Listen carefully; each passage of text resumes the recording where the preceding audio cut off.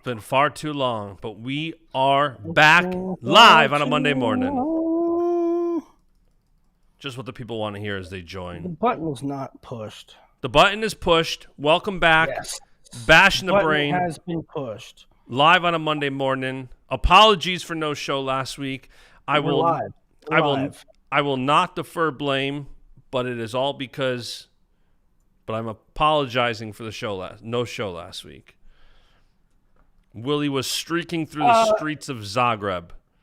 Listen, I was miserable over there. I'm gonna be honest. I was miserable over there. I don't know. I was just in a bad mood. I was sick. Still sick. I've been sick for 2 weeks. You gotta get to the bus, and then you sit on the bus for freaking 20 minutes, and then you take the bus, and then get stuck in traffic, and then a half hour later, 40 minutes later, you're at the arena, and then you gotta get off the bus, and then you're stuck at the arena for 12 hours a day, and then you gotta get on the bus, but you gotta wait for the bus again, then you gotta get on the bus, wait there for 15 minutes, 20 minutes, then everybody gets on the bus, and then you go back to the hotel about half hour, 40 minutes, and you get off, then you're in your hotel. And it's like that for a freaking week, and when's the time to do a show? I don't know. I know it's tough. It's tough. By the way, I got to give a quick shout out. Wrestle Madness sent a shirt. Very cool shirt. Wrestle Madness sent one to my office. I see he's in the chat. Just reminded me. You also had a lot of hotel issues. You sent me, Dude. You sent me a video from a hotel room that looked like it was something out of a bad movie. I mean, just... Well, first of all, Jimmy from Clovis, California. Hello, my friend. Yeah, so I had... Listen, you guys are going to pile on and say, Willie, you never schedule your flights and hotels to the last minute, and so you get what you get, and that's why you're having travel problems. So when you have travel problems, I ain't feeling sorry for you. I get it. I get that. However, this time was uniquely different in that I was waiting to confirm for like half the summer. I was waiting to confirm what hotel Team USA was at. Then I found out what hotel they were at, so I was going to book there. But UWW sent around an email that said, "Hey, journalists, we have a block of rooms at this hotel that's right across the street from the arena." I said, "Oh, great. I'm definitely in. So I don't have to do the commute thing with the bus." And that saves like 3 hours of my day. No shit. Like at least two to 3 hours. And so like, I'm going to stay there. So I emailed back, "I'm in. Let me know. Whatever the case may be. I'm definitely in." 2 weeks go by. No response from UWW.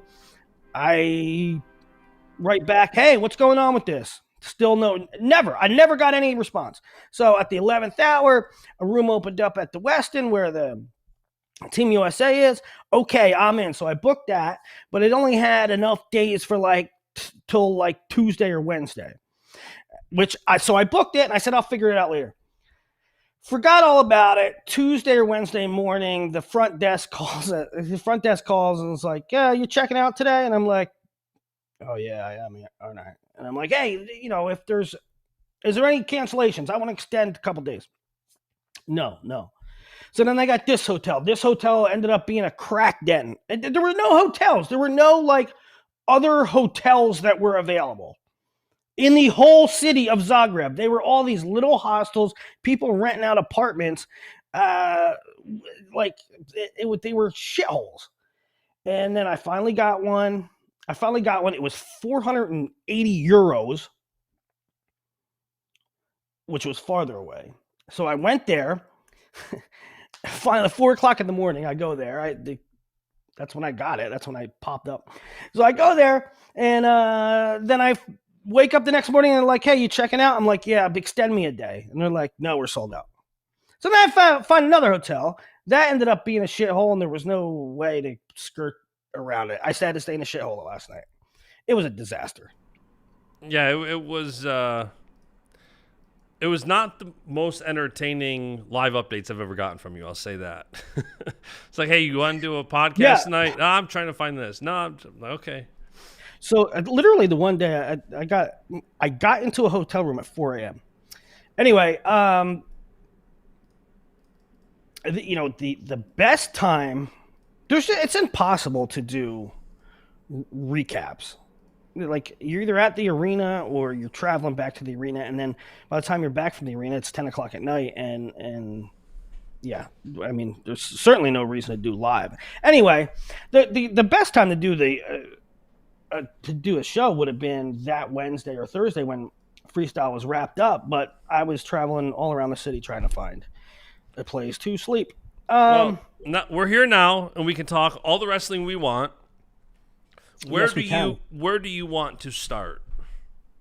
Well, I would like to start just holistically in that where we left off in the preview show, 4 Worlds, was a pretty good, healthy debate on how we were going to do in totality. And our 10-member squad featured 7 first-time world teamers, and I was taking the under. I was taking the let's be cautious approach. Our guys are new. The world is tough. And credit to y'all, because y'all said, no, we'll do better than that. We'll do better than that. And we did do better than that. And I'm happy to be wrong. It was a wonderful, wonderful performance. We took second in the world, and that's without Spencer Lee going through without him scoring a lot of points. He certainly didn't max his ability. It's with Wyatt Hendrickson going 0-1. So of the other 8 guys, 7 of them medaled. Did 7 of them medal or 6 of them medal? PJ didn't and David didn't. So I believe half the team medaled, right? Yeah. So either way, any way you slice it, it was a very encouraging performance. I mean, it's a great performance even in and of itself. I mean, if you just say it out loud, USA Wrestling, second in the world, X amount of medals, X amount of finalists. It is a very impressive year and a year that we'll take under any circumstances. However, it's even increasingly more impressive considering how young and new our team was. Yeah, I mean, there's no questions about it that it was a rebuilding year. You know, it's like you saw, as you typically do after Olympic year, you see so many guys retire, and we went through this stretch where we had Kyle Dake, David Taylor, Jordan Burroughs, Jaden Cox, and they're all gone. And then here Team USA comes out, and maybe we'll go weight by weight, but, you know, you have this rebuilding year, and then here you have 79, 86, 92, where it's 2 or 3 guys, new, you know, first time on the team, and you got Levi Haynes winning world silver. You got Zahid, arguably the wrestler of the year, winning gold at 86. You got Trent Hidlay breaking through, maybe the match of the tournament in that finals match. So it's like here in a rebuilding year, in our upper weights, where I think the upper weights had the biggest room for a letdown, because our lightweights, 65, we've historically struggled. If Real Woods doesn't medal, it's kind of like, that's what we do at 65. You know, like the lightweights is where we have more of an issue. The 70, the upper weights, middle to upper, is kind of where there was room for letdown. And man, it's like you see where we had champions, and it was our upper weights. Yeah, well, now, listen, I am not poo-pooing anything. I am not I'm not doing the yeah, but thing. But we did have good draws up top. Generally speaking, if you want to put out a blanket statement about the draws, our draws down below were not good. Our draws up top were really good. Yeah. That is not to say that any of our guys medaled because of the, quote, easy draws. But Levi had a pretty good draw. Kyle was opposite, like everybody. And no set you live in the field definitely helps. Right. So we did have some good draws there. Zahid's draw was relatively good, but I think again, Zahid probably would have won it regardless. Our draws down low were tough. PJ Duke second round against the returning world champion. Jax Forrest second round against Yaguyev. Real Woods that had the Woods champ against second Amazon. round. Yeah. Second round. So we had down low was pretty tough. Yeah, it was. So you want to go weight by weight? Yeah. Let's start with Spencer, and Spencer comes out and looks pretty solid, and then runs into Haratunian, and I'll tell you what, you know that I always talk about it, probably to an extent that you gets on people's nerves, but I always talk about body language, and it was really weird. I don't know if it means something in this case or not, but it was really weird being in the arena and seeing Spencer come out and seeing Haratunian come out. And Haratunian is like a squawking peacock. He's like, his body language is like, I'm going to F this dude up. And I'm sitting there thinking, like, it was so pronounced. Yeah. That I was like, look at this dude. I was like, this dude thinks he's something. He's about to get squashed. And I don't know. That dude was onto something because he wrestled out of his mind. And I don't know if it was a one-off thing, but Haratunian wrestled out of his mind, and Spencer looked like his feet were in cinder blocks. That is not making excuses. I don't make excuses for our guys. But I say how I feel and I say what I see. And what I saw was Spencer Lee not looking right. I don't think that was, I said the same thing with Kyle Dake when he lost in the Olympic semis or the Olympic quarters to Kaji.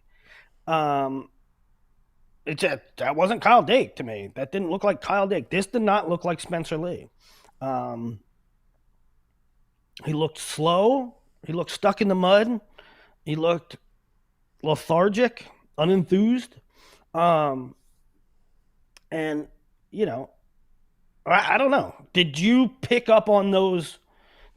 And for the guys in the chat too, did you notice that Spencer didn't look like Spencer? Well, it's tough. I was talking to a couple of Iowa fans about that, and it's like, you know, I feel like it's never going to look like Spencer because I've never seen Spencer Lee get teched. Have you? Like, it's so crazy. Obviously, unless Spencer's winning, it's hard to say Spencer looks like Spencer because he's so dominant. Doesn't matter who he wrestles. And to see him go out and get dominated, it's like, man, this just doesn't make sense. And it's so crazy how quick it went from, and we're going to talk overreactions today, especially little Greco one you and I were talking about earlier, but the reaction went right from Spencer, how he wrestled, and was this just a one-off bad performance, instantly from Hawkeye fans and Hawkeye haters, is it time for change at the Hawkeye Wrestling Club? Should Spencer leave? Should a new coach come in? It did not take long at all to go from talking about Spencer's performance to the environment. Yeah, and I think that, well, you know my thoughts on it. My thoughts on the knee-jerk reaction to Spencer needs somewhere else. Spencer needs to go somewhere else. To me, it's utterly short-sighted, utterly in-the-moment reaction. From the people that are outside of Penn State, for anybody that says it, I think is moving too fast. For the people that are outside of Iowa, I think they're saying it because, ooh, look, Iowa isn't good. And for the people inside Iowa, or the Iowa fans that say Spencer needs to move on and this is embarrassing and this is, Iowa fans more than anybody else are critical of their team. Iowa fans look at things, even the coaches do this. They look at things through the optics. How is the nation going to perceive this? Is this a good look? Is this a bad look? Iowa fans are notorious for that. That's why they're not the Iowa fans that say, "Oh, this is it for us. This is terrible. This is bad. This is," you're talking about how the outside world is going to respond to it and not what the reality is. And the reality is this. No, the Hawkeye Wrestling Club is not very robust. They do not have an abundance of talent up and down the lineup that are actively competing. However, they have the same pieces in place as a year ago when Spencer was incredibly successful. So you're having this reaction. You're having this reaction literally based on one bout. Your insistence that Spencer leaves is based on one bout. I am not saying that having different looks, different feels, a variety of options is not a good thing. But I'm saying I don't know that you attribute Spencer's loss to Harrington to the system that's at Iowa, because the system that's at Iowa produced an Olympic silver last year that lost by the skin of his teeth to a goat. Especially when you look at how the deed was done. And the deed was Spencer didn't look right. I don't know that Spencer would have beat, Luke Lillidahl that day. I don't know that Spencer would have beat Matt Ramos that day. I don't know that Spencer was the regular Spencer that day. And so I don't care if he was training in a room with every other top 57 kilogram guy in the world, if Spencer would have been better that day. I think Spencer's the best 57 kg on the planet. I think if that tournament was wrestled again in 2 weeks, I would pick Spencer. And so I don't buy the immediate he has to leave. I'm not saying that. I'm not saying that. Well, time out. Hold on. Just to be clear, all the commentary wasn't he needs to leave. There was also commentary around, I saw some like changes needed within the Hawkeye Wrestling Club. And I think it's a mix. I think part of it is an overreaction to a bad loss. I think part of it is built up. The Iowa fans have been wanting more Hawkeye Wrestling Club guys. They wanted Real Woods to stick around. They want Spencer to have more training partners. Part of the reaction I saw was more about change at the Hawkeye Wrestling Club versus just should Spencer leave. I don't think it was all Spencer should leave. I think it was kind of some overreactions, but also some built up frustrations as well. I mean, there's no doubt about it that Hawkeye Wrestling Club, you would expect them to add more legitimate bodies to their active roster. That goes without saying. We said it on a show in April. Where were the Hawkeye Wrestling Club guys at US Open, at trials, at U23s, at here, at there? They just don't have that many bodies. But all that is to say, they had the same thing last year with Spencer. And he looked fine. He looked more than fine. He looked great. He looked like one of the top guys in the world. And I still think he is one of the top guys in the world. I will say, too, about 57 kilos is that, I was talking with Baschamania yesterday, and even in our group chat, too, we were talking about Cowboy RTC and David Taylor's a coach and, how their guys did. And we were talking about, who we think should be coach of the year, rest of the year, all these different topics. And sometimes just meddling or not doesn't really paint a full picture, I think. And, Roman Bravo Young to me is as stock up as you can get. Here, Spencer gets teched 14-3, and then Roman has a takedown and is about 2 seconds or a second from beating him.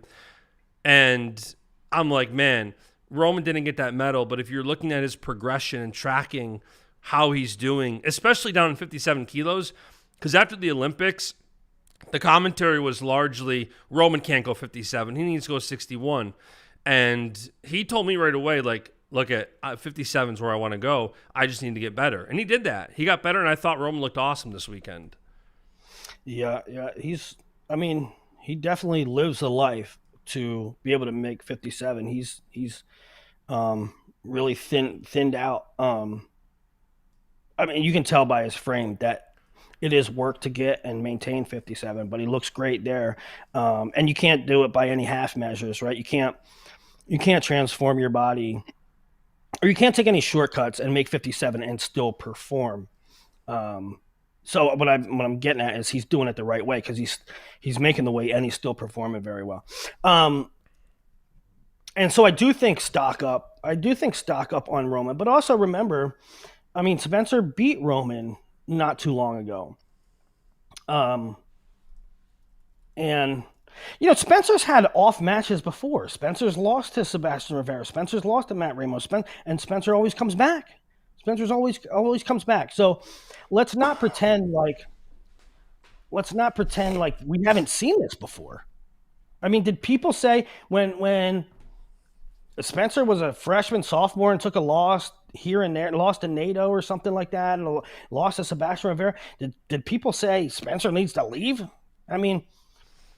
Does David Carr does Mitch Mesenbrink need to leave Penn State because Mitchell Mesenbrink beat David Carr at the Open and then lost to him at?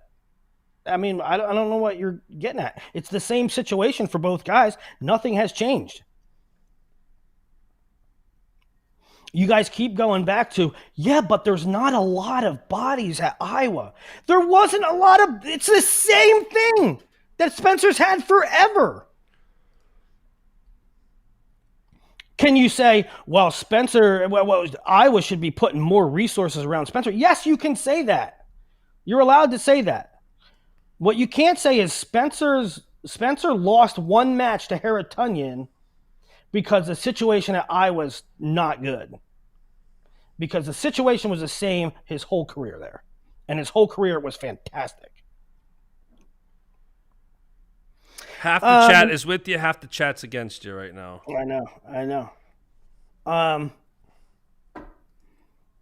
And how about North Korea just shows up once in a while? Like North Korea they'll just send some people once in a while. And you had said in the group chat, this is why I kind of wish we did a couple of shows. Like you had said, like they don't send guys often, but when they do, they're a threat. Like almost every one of them. I didn't. At one point, I tweeted, because I looked them all up. At one point, they had wrestled 8 people. Because North Korea, they won't send a full team. They never send a full team. In fact, oftentimes, they don't send a soul. Right? So it's always interesting when a North Korean pops up in the registration, in the entry list. Because you're like, all right, you're not going to know anything about the guy because they don't compete. Right. But you have to, like, anytime they pop up, you got to be like, all right, this is a person to watch out for. Because they don't send scrubs. And at one point I looked, and 8 North Koreans had wrestled. 5 of them made the semis. 4 of them made the finals. It's crazy. Just insane. Just insane. And this was Han's first world championships. He's only 22 years old. So this isn't like a guy who's 29, 30, 31, finally broke through and did it. Like, it's crazy to me how young he is. Like, this is a guy that's going to be around now for a while. You don't know that. Well, that's true. Like, I should say he could be around for a while. They've had dudes before that would come win worlds and you'd never see him again. He wouldn't go to any tournaments ever again. It's the weirdest thing. That's true. Yeah. Brad Elder says the best part of North Korea was people making fun of them when Flo posted their warm-up video and then they balled out. People were making fun of it for what? Why? Just about their politics. I don't know. I didn't see it. Let's go through the chat a little bit. because people did ask questions and bring up some good points. Yeah, you got a big hater in the chat today. Poor Dana White. Poor Dana White. What's he saying? Somebody is Larry Steele is saying he's getting a Traeger, which is awesome. I just smoked beef, ribs, and wings yesterday. Stewie Griffin says there's a ton going on, but if Willie could squeeze in some Elite 8 duels, that would be great. We'll talk about that at the end on what's on tap. I'm like swamped with high school stuff now, but Elite 8 stuff, Super 32 stuff, Grappler Fall Classic, and somebody else said about Flo's the Elite 8 duels results were on Flo's new thing. We'll talk about that a little bit because somebody else brought that up. Jax got hosed. We'll talk about that in a second. Kyle had a great draw, yes. Did anything ever happen with USA's protest of Jax? Yes. We'll talk about that in a second.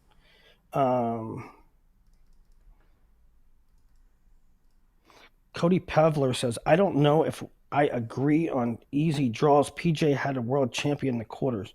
Yeah, I said that. But starting at like 79 up, they were all, I wouldn't have changed any of our draws. 79 up, we all had great draws. How else?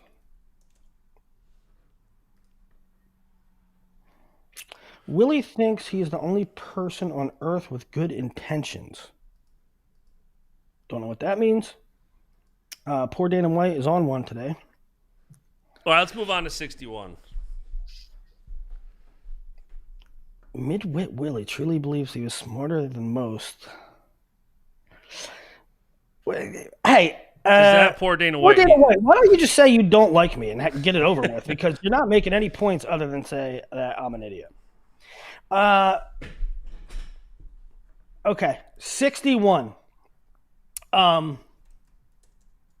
Take it away. You give us a synopsis. Well, you have Jax Forrest make the team as an 18-year-old, and I think right away Jax looked awesome.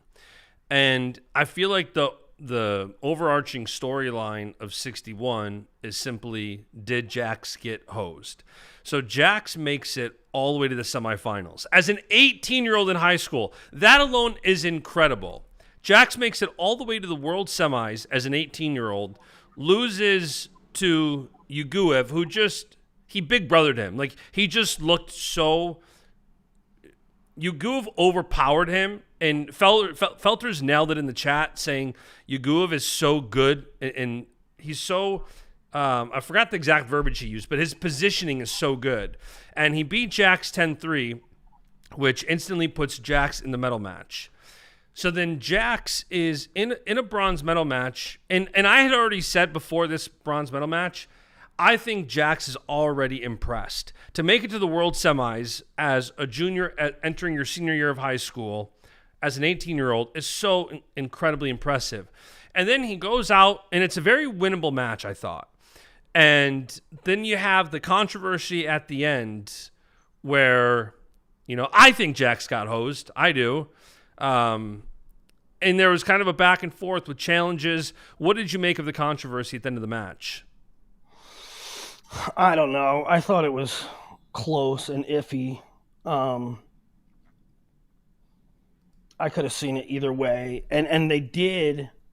I mean, so USA protested, and they did a video review with them like the next day or that night or something. And they just went through the motions. They actually said, yeah.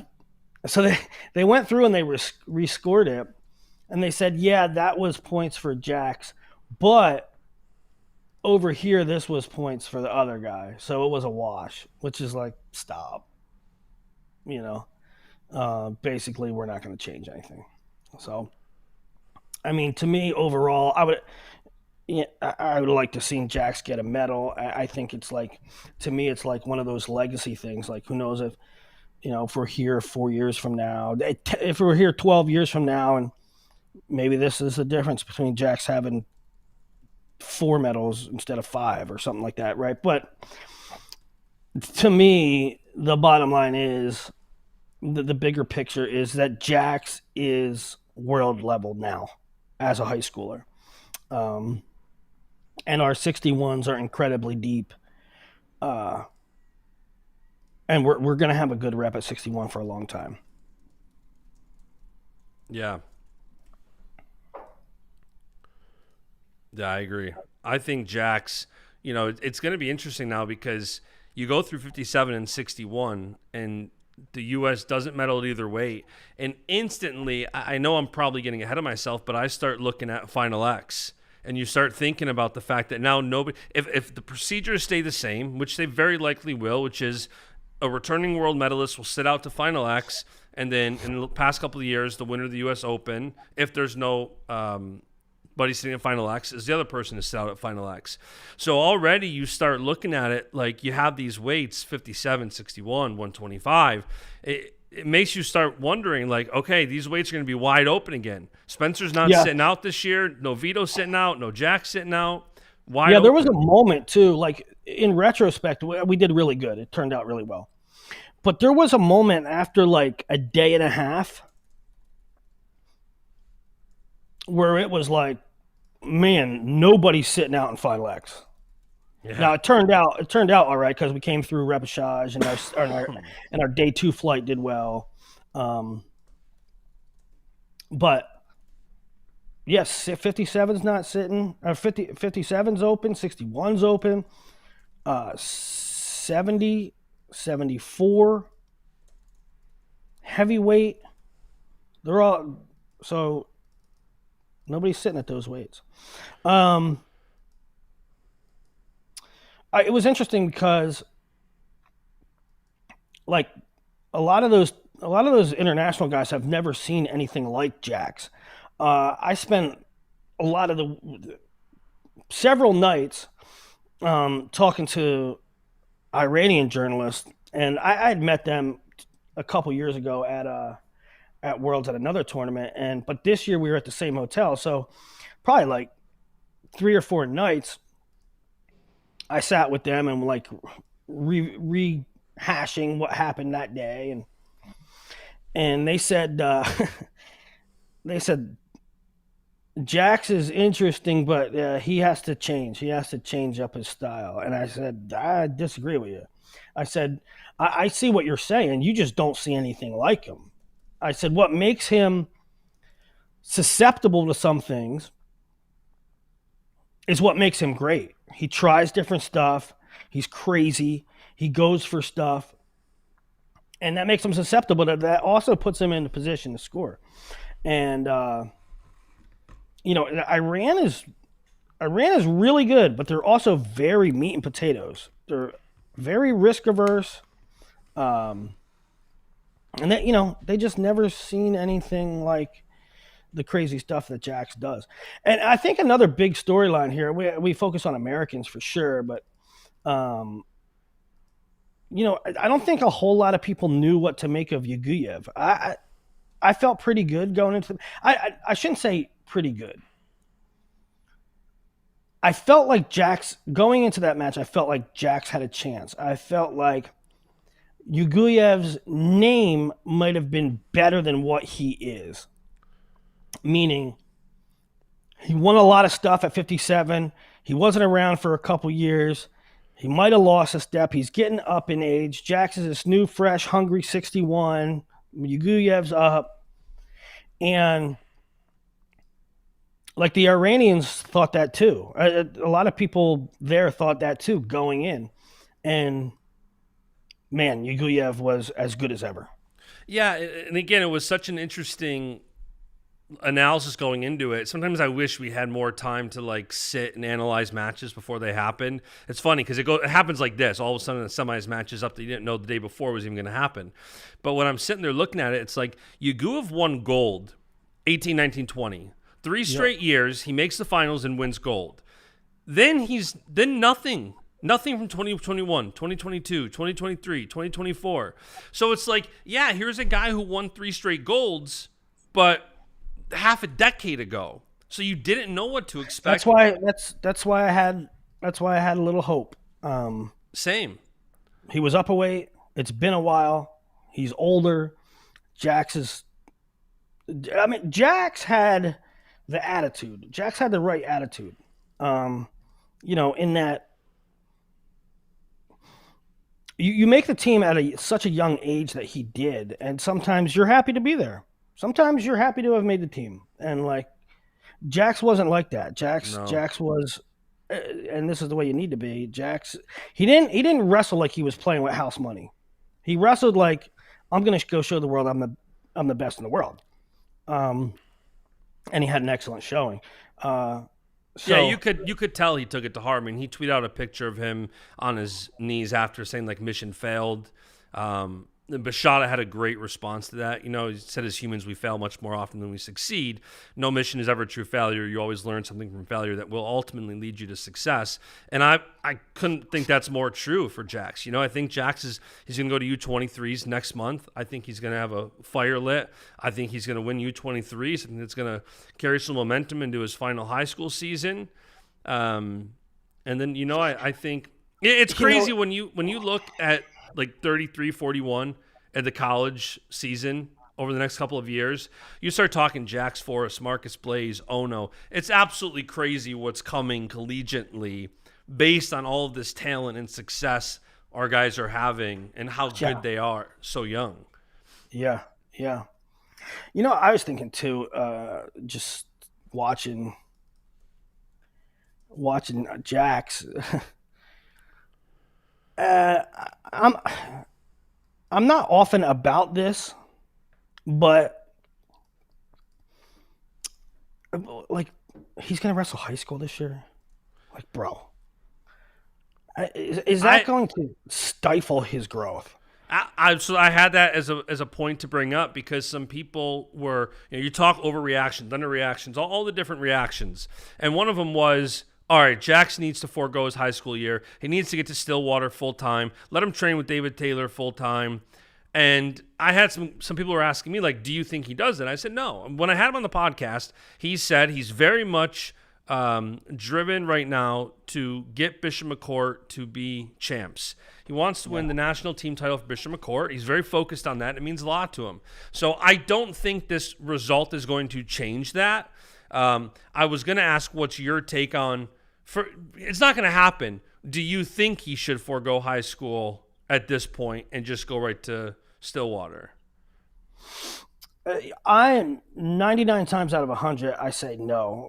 When there's been kids that like they're a cadet, but they opt to wrestle juniors, and there are juniors that opt up to seniors. And I'm like, 99 times out of 100, I'm like, no, don't.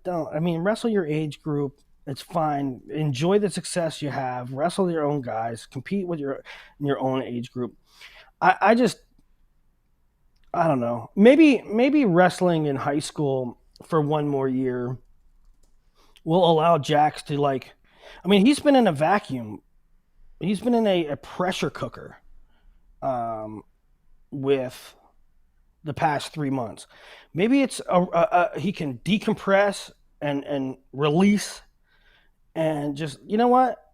I'm not going to be tested that much this year, but it'll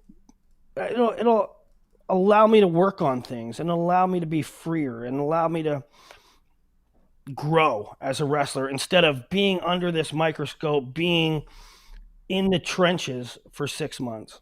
He's also, when you look at Jax's unique position, he also, look at the room he's at with Bishop McCourt.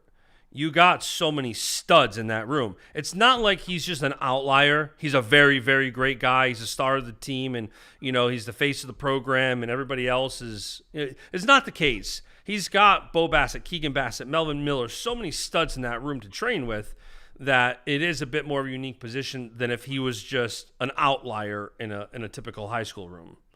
Yeah.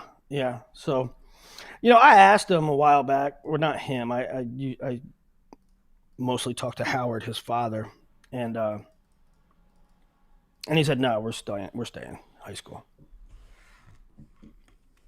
So, I mean, I can see it either way. I wouldn't be upset with him either way. I kind of have your high school year, enjoy it, decompress a little bit, have less pressure before you're going to go to Oklahoma State and you're going to be under the microscope every freaking week. Every time you tie your shoes, people are going to be analyzing you. So enjoy your high school year, go to prom, etc., etc. But it did bear bringing up. Yeah.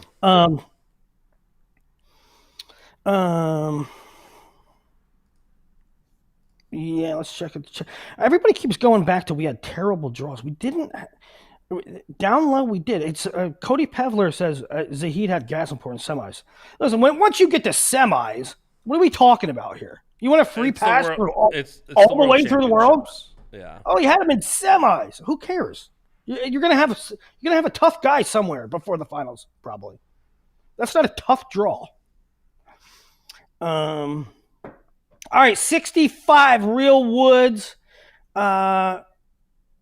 This is a guy that's taken losses this year. It's his first real freestyle season, as good as he's been, and he's been a national finalist. As good as he's been, didn't have a whole heck of a lot of freestyle credentials and freestyle reps coming into the season. Did have some losses. We saw early in the cycle, or early in the season, some rays of hope when he wrestled overseas, and he had some good results. He had a good period at Amazad somewhere along the way, but he also did lose to guys domestically. So this is one, and frankly, listen, I'll be honest, I'm pretty freaking close to Real. He is one of my of the guys that were on the team. He was the one that I was rooting for maybe a little bit more than the others. I'm close to Real. I love the kid. I love his backstory, and everything he's been through, and everything, the odds coming from Albuquerque, New Mexico, Stanford. He's a buddy. He's a favorite of mine. And at the same time, I was honest in the preview show. I didn't see him sniffing a medal. 65 is really tough every year. We don't have a whole lot of success with it. He's really green. He's really new. And he did the damn thing. Gutted a lot of things out. Including a nail-biter win for bronze. So, he was a surprise. To me, he was a surprise. All you guys saying Real's going to medal before Worlds, with all due respect, that was your USA glasses. I'm happy it came true, but he had to prove it, and he did.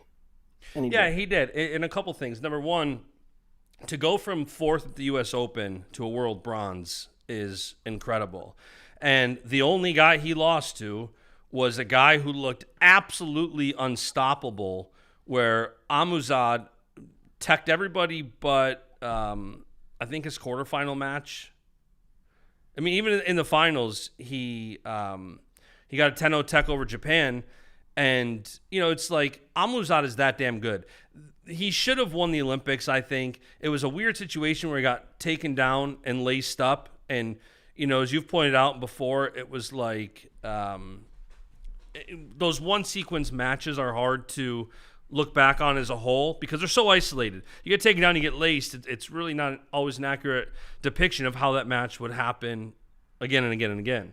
So Amuzad was incredible. And, I was bullish on Real. He had a great match with Real. Real had a great match with Amuzad. I think it was one of the ranking series where he was winning. He was winning the first period against him. Break. Yep. And then Amuzad came back and won. But I think Real is he's a very smart kid. And I honestly,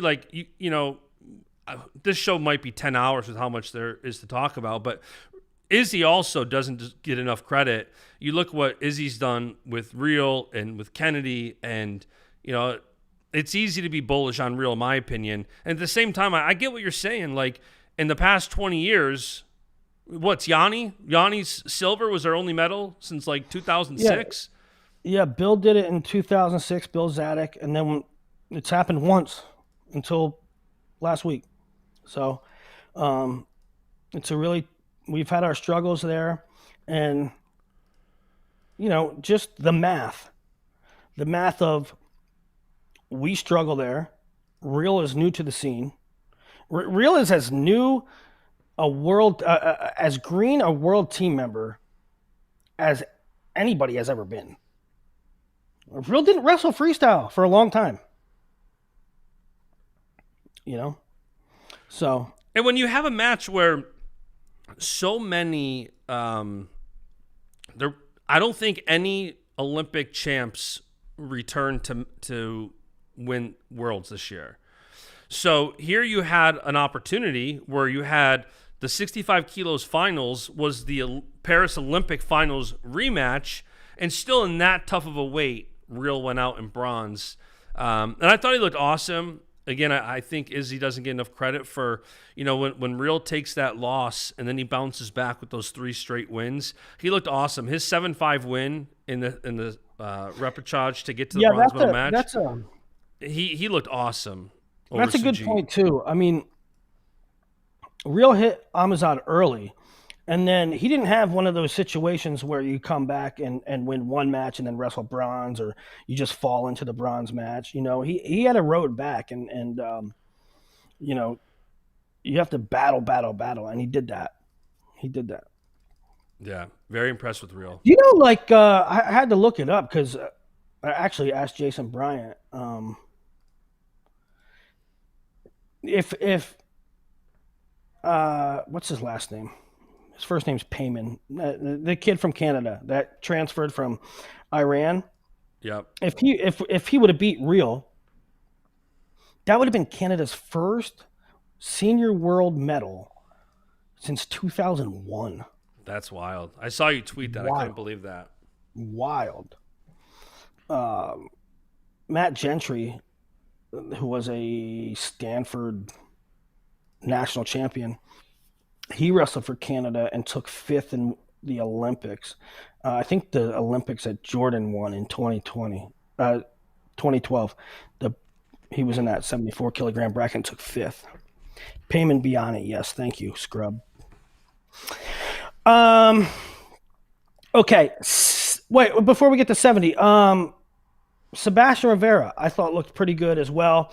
Medaled at the Olympics, came up a little short here, but I still thought he wrestled well. Any thoughts on Sebastian? It's a lot of people have always questioned Sebastian. Is he really that good? And then one year he medaled or took 5th and had a really good draw. I think two things can be true. I think two things can. Yeah, I think 2 things can be true. Number one, I think Rivera's had some great draws, which have helped. I also think Rivera is that damn good. He is. I did too. Yep. We didn't talk about it. I put out a graphic on Baschamania about, and we'll talk about it in a few minutes more when we get to 70 kilos. Tumir Ochir Tolga from Mongolia. He has been an absolute menace to the U.S. He beat Zayn at the Olympic qualifier, beat Nick Lee at the ranking series, beat Evan Henderson at the ranking series, beat Joey McKenna at the ranking series, beat Yanni at the World Cup, and he eliminated PJ Duke by beating Kapanov this past weekend. And Seabass has a win over him. And Gomez. Yeah, and Seabass has a win over him, and people were commenting that. I'm like, I was talking strictly U.S. in that graphic, but it's like Rivera doesn't just have some good draws. He has some great wins. Like, Rivera is one hell of a wrestler. So, it's unfortunate he didn't medal, but I don't think for the crowd of people who are like, he only medals when he gets good draws, I don't think that's true at all. You don't win a silver medal in 2023 and then a bronze in the Olympics just off a good draw. I do think he's gotten good draws. I also think he's that damn good, and he continues to improve. I agree. I want to get him for RAF real bad. Yeah, he'd be a good get. He's going to do it. I talked to him on the way over.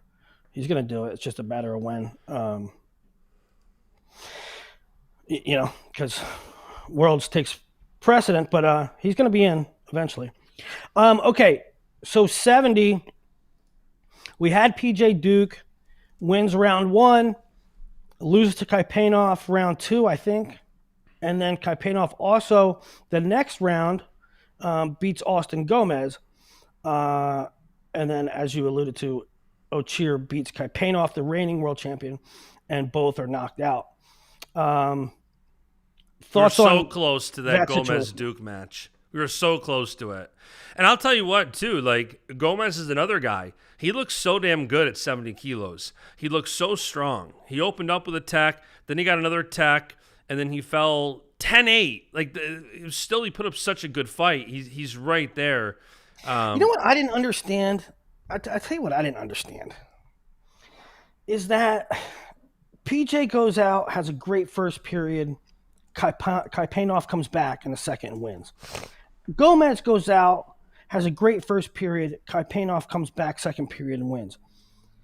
Kaipanov goes into the Mongolia match. He's down like, I don't know, not a lot, 2-0, something like that. Does absolutely nothing the second period. I know. I noticed that too. If you watch the track record, you're kind of like, okay, we're rooting for Kaipanov. He's losing at the break, but he's had 2 great second periods here. So his MO is he'll have a great second period.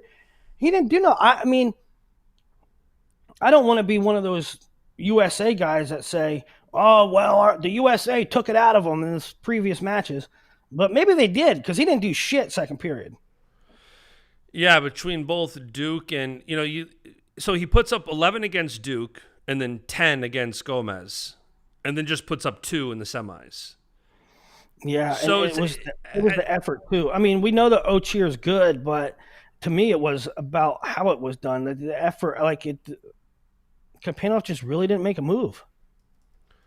No, and I thought Duke looked good. I thought Duke, sometimes this is where experience, I feel like, plays in. Duke is strong. Duke looks good. I'm excited to see what Duke does.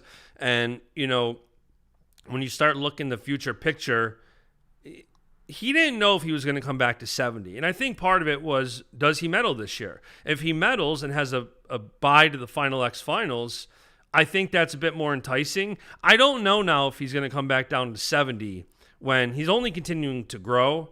So I don't know how that changes the landscape next year either of, does Duke go up to 74? Does he cut back down to 70 again? It's going to be interesting. I don't think he knows necessarily what he wants to do yet. But it was one of my first thoughts about, meddling to the guys who cuts weight. That's not their only reason, obviously. But it is very lucrative when you're cutting a lot of weight to sit out to the finals of Final X. Yeah, I mean, well, we saw this year, and I mean, I think the right guy won, but he had to get through a lot of. America's different. You have to get through a lot of tough call. I mean, as good as Jax wrestled, look at the guys he's going to have to contend with to repeat. PJ Duke won the spot, and while he's a favorite over most, he did have some close calls, right? I mean, his series with Yanni was nip and tuck until late. He had a nail biter with Ridge. He was trailing pretty good to Antrell Taylor. So, sitting out is a huge advantage, especially at specific weights. Did you see Musakayev and Aogi get in a fight? I saw, so they posted a clip where you kind of saw a shove and then an exit, and the whole middle, like the actual whatever happened, was cut out. But then I did see there was a picture next day of them together with their thumbs up. So they must have made up, which is great. I can't believe though, like that Musakayev got nothing.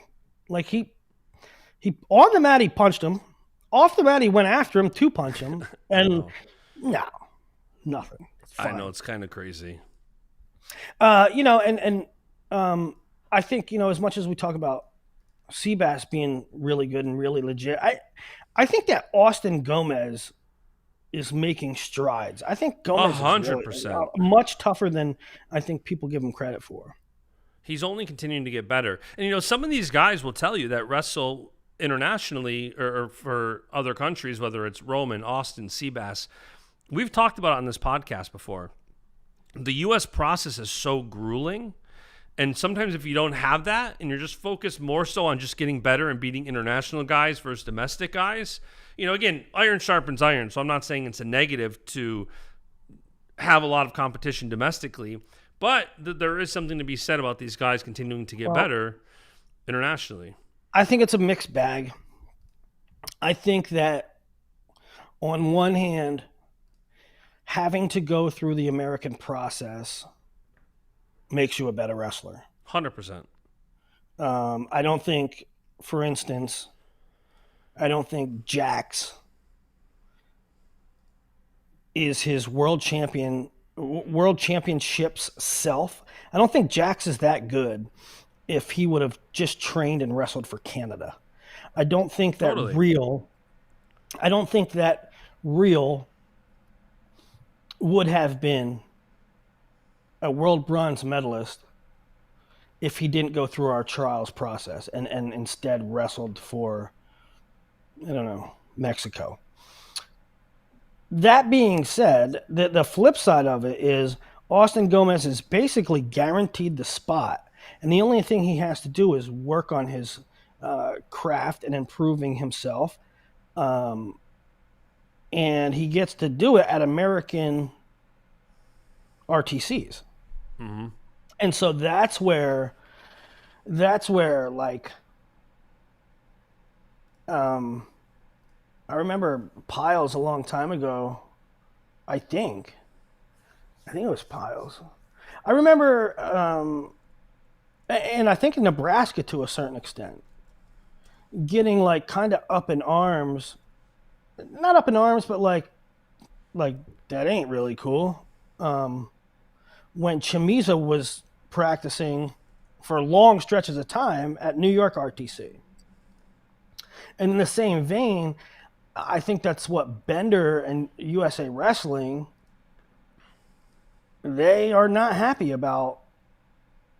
They are not really all jazzed up that Roman Bravo Young works at Stillwater and Penn State all this time and represents a different country. And that Austin Gomez works at Michigan and represents a different country. It's like, on one hand, I'm like, oh, USA, don't worry about it. Stop being so forceful. Stop being so, let our guys go. On the other hand, it's like American rooms are developing guys to beat us. I mean, how would, Rich Bender's head would have exploded if PJ Duke wins and then Austin Gomez beats PJ Duke. Yeah. Or if they would have met in repechage and Austin Gomez wins. There's an American facility producing a guy that directly beats America.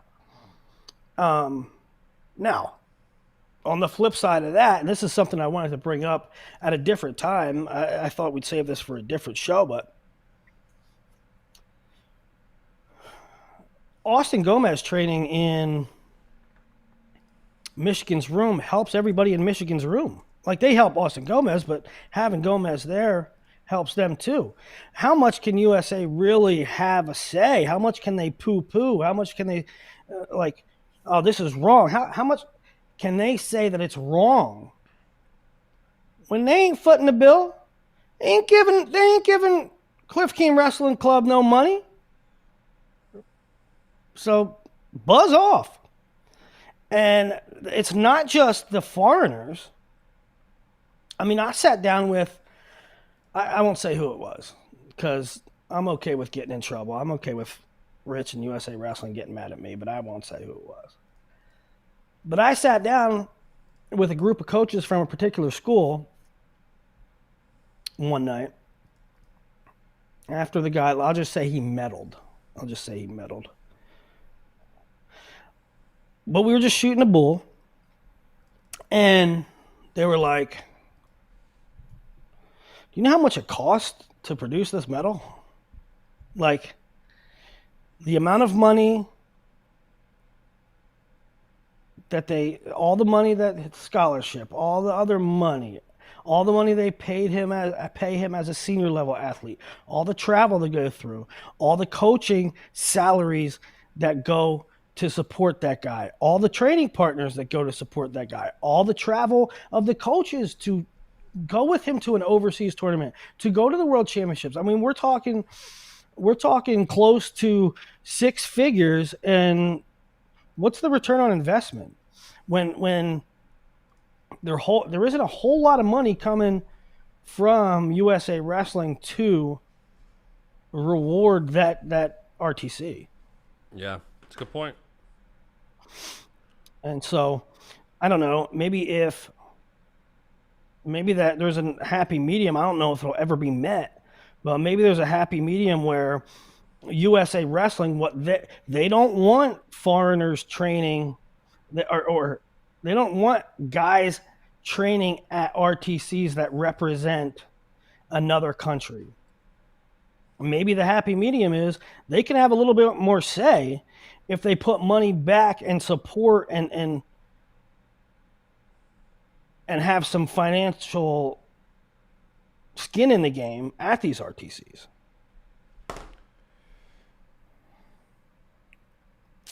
Okay, that was 70. 74, David Carr. 74 was a great bracket when you have Valiev and Sidakov and David Carr coming so close to both of them. And you also got to see Valiev and Sidakov head-to-head.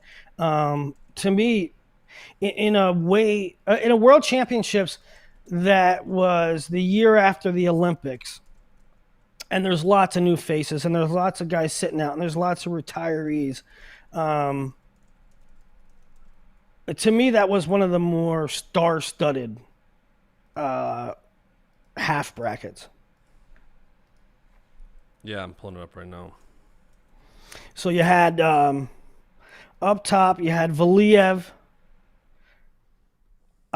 beating David Carr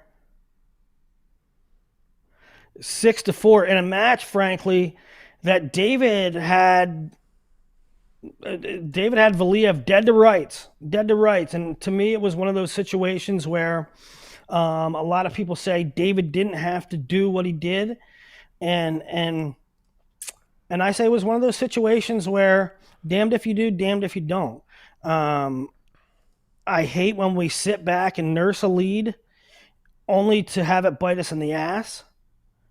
On the flip side, you go for a score that you might not have had, you take some risk that you might not have had to take, and you come up short. It bites you a little bit. So I'm not poo-pooing what David did. David went to close out the match. David went to seize it and take control of the match. And I know some of you guys are going to say, well, he could have managed that better, and maybe he could have, but I don't fault the guys who try to close it out. Yeah, I mean, listen, that's kind of one of those things where I think it's stock up David Carr. I'm buying all the David Carr stock I can right now. I think that was just an experience of Valiev is not a guy you need to be very aggressive with because he's going to try to counterattack and he's going to score his points on you being aggressive. So I think it was just one of those things where I think that match was obviously very winnable for David Carr, and it was more of an experience mistake more than any technical mistake or Valiev necessarily being the better wrestler. I think Valiev was just the more experienced guy.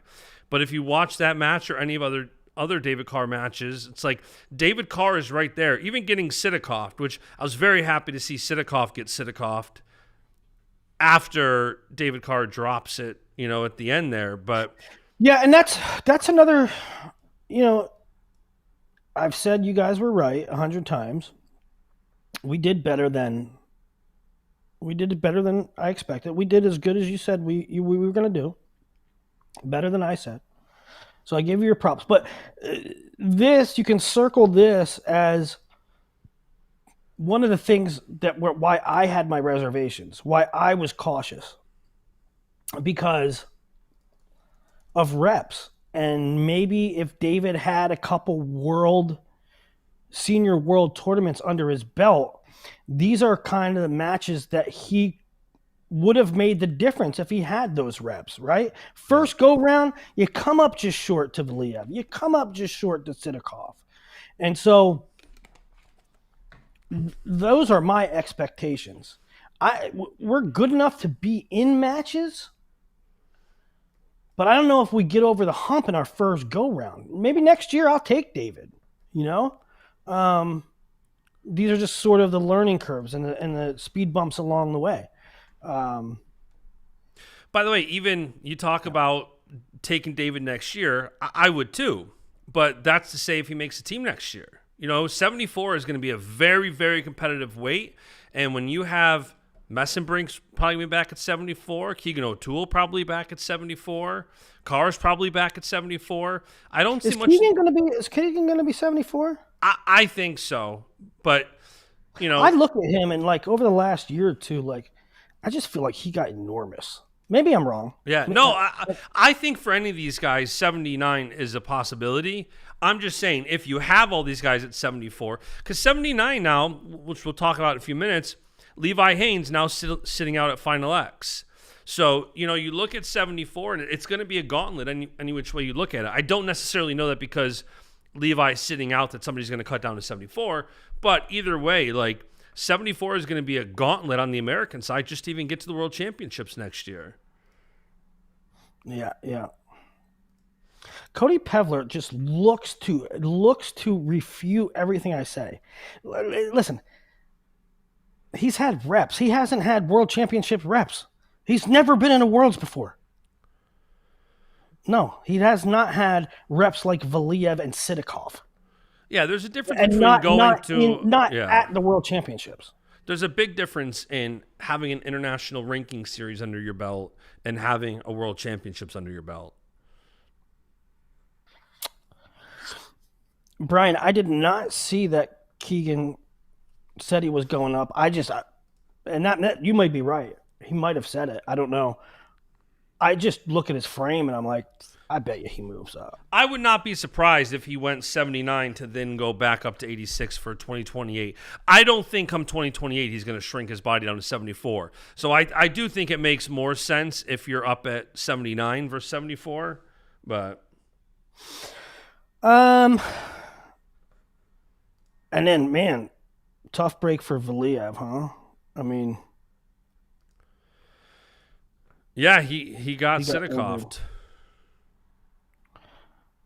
Well, I mean, he got injured. Oh yeah, that was. Yeah, I'm thinking of a different match.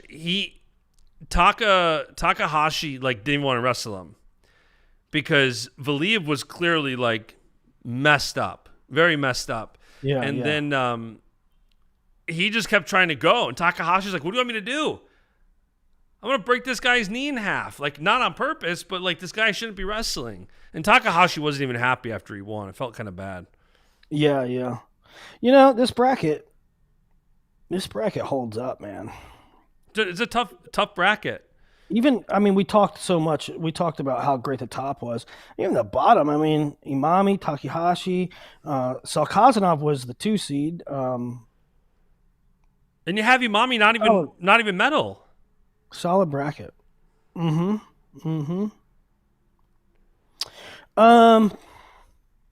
Okay. 79. Levi did the damn thing. And I thought, coming in, I thought Levi is tough as nails. I thought he'd be man enough. I thought he'd be tough enough. I didn't know if he'd be skilled enough. And damn if he wasn't skilled enough. Really, really couple gritty wins early, 3-2 and 4-1 over Korea and Usmanov. And that's against Usmanov and Mongolia. That Mongolian was dicey too, right? Yeah. That was close. But Kuji Matsidis is good, dude. How about that kid? Yeah, he's a dog. And Levi, Levi is so incredible because it does not matter what the score is at the break. Levi is one of those guys that I'm almost as confident in the second period as anybody in wrestling. that Levi, it's a lot like what David Taylor, who obviously coached him for many years, did, where it's like David's going to take anything you got in the first period, and then he's going to destroy you in the second. And that's very much like Levi. Like, Levi just has ice in his veins, and he's never out. And when he's got to turn it on, he turns it on. And he is as aggressive as anybody for those entire 6 minutes. And I thought Levi was going to win the whole damn thing. I really did. I thought, he ended up losing 3-2, as close as you can lose. And, I mean, Levi is just so damn impressive. He was, and again, young, super young. I mean, saying that he's still in college doesn't even do it justice because... No, he's only 21 years old. Because he's 21. He never had a red shirt. He graduated early-ish. And so, he's super young. And he's making world finals at 79. Yeah, incredibly impressive. Another weight where this whole wheelhouse here, like 74, 79, and depending on where guys go, it's super loaded. It's going to be interesting to see who goes where and the depth that we have in America. 100%. 86, what do you say? I mean, Zahid Valencia looks, I'm not talking about resume. I'm not talking about resume. But I'm talking about right now rankings. You talk about right now rankings.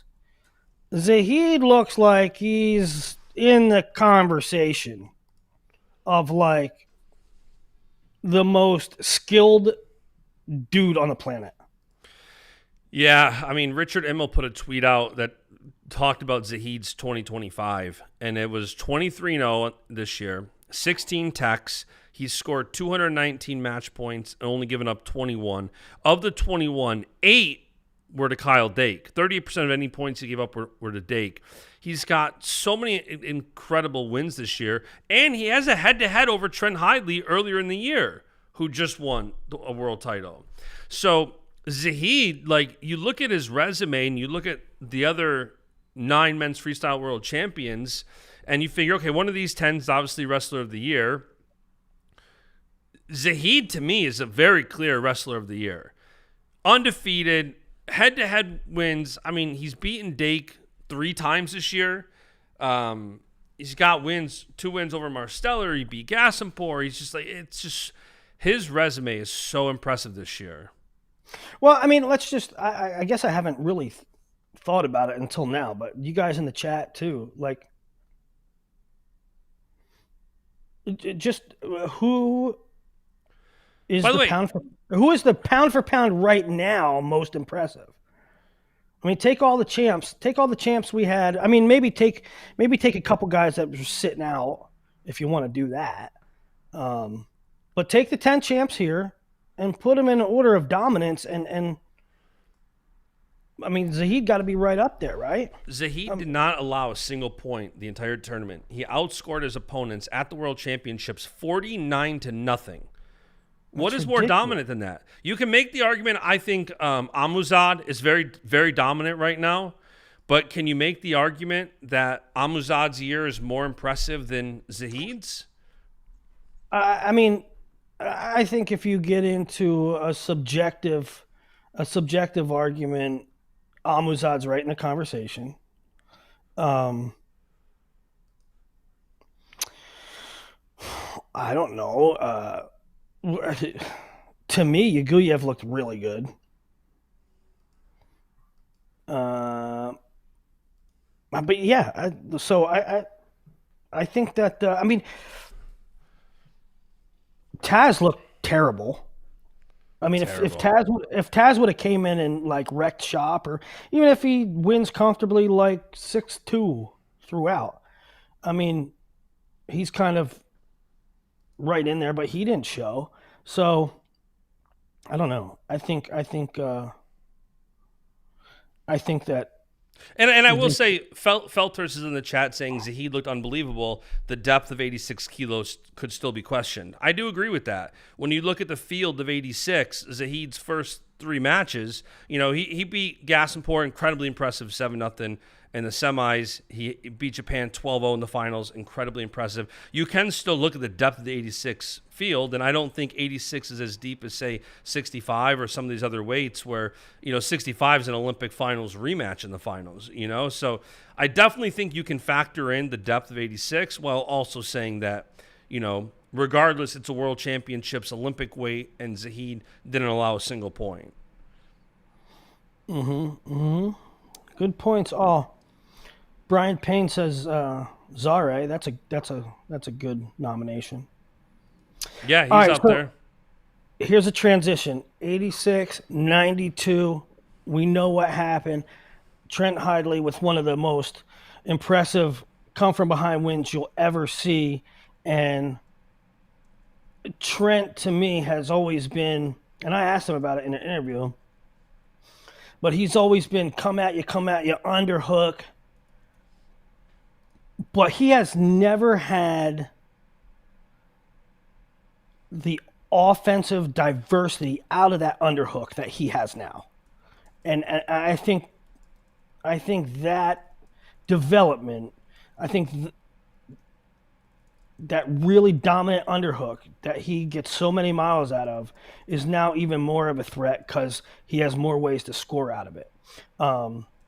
That's one. Number 2 is his motor and gas tank.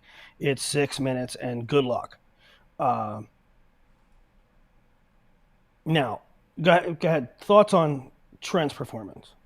I thought Trent wrestled absolutely incredible.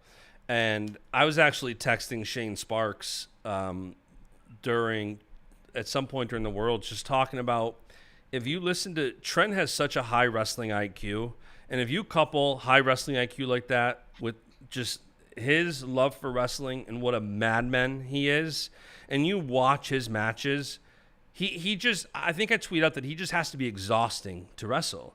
Like, he just has to be absolutely exhausting because his gas tank is extensive. And it's not just his gas tank. He's not simply trying to outlast you.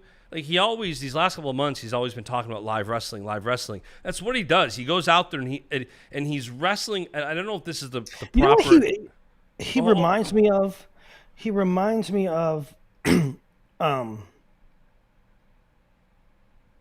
it goes back to Kale's having fun, being happy thing, which always gets poo-pooed, and it's so true. Trent reminds me of that kid in high school that, like, he plays football and he wrestles and he plays baseball, and, like, if his family's playing soccer in the yard, like, he loves competing. He really loves competing, and he's happy. Yeah. And he's win or lose, like, I enjoy this. Like, I'm having fun while I do this. And I don't know. I think there's a freedom in that. Where it's like, let it fly. I think he's cut a little different. Yeah, 100%. And I also think, looking back at, I think 92 is a very good weight for him. If you look back in the past year, after the World Team Trials last year where he lost to David 6'10", he's got a loss at the Zagreb Open at 86 kilos, and he lost to Zahid at 86 kilos. Up at 92, except for the loss to David Taylor, he doesn't have any losses at 92. Like, 92 really suits Trent well. It really does, and there's a question coming that's way too soon from me, but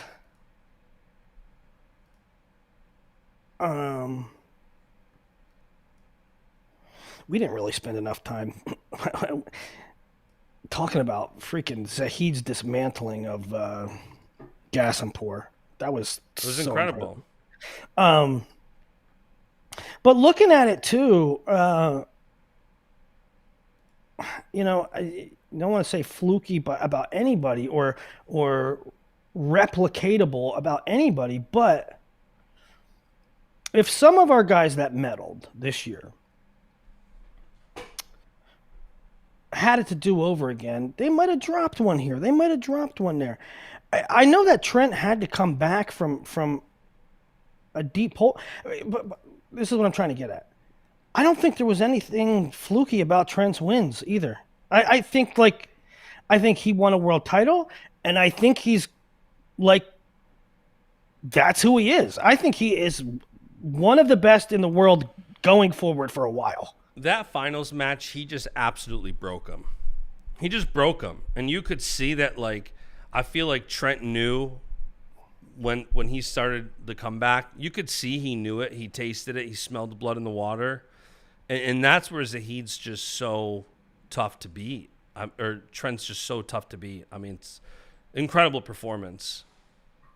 Yeah, so okay, so here's the way too early question. Here's the way too early question. We're 3 years away from it, or at least 2. Who goes where? Does Trent go up? Does Trent go down? Levi got to go up. Keegan's probably going to go up. Dake's staying at 86. Seems committed to that. I think for these guys that like Trent, I don't know how much of it is what happens over the next couple of years. In 2023, does somebody medal that, if Snyder is still medaling in a couple of years, we'll talk about him in a minute. If Snyder's still medaling in a couple of years versus if he doesn't, or, depending on what happens, I think that's going to potentially be the differentiating factor. I don't think Trent cuts an insane amount of weight that he's like, 97 is just going to be easier. So I think it largely depends on what the optics of the team look like, a year or two. Yeah. Yeah. Yeah.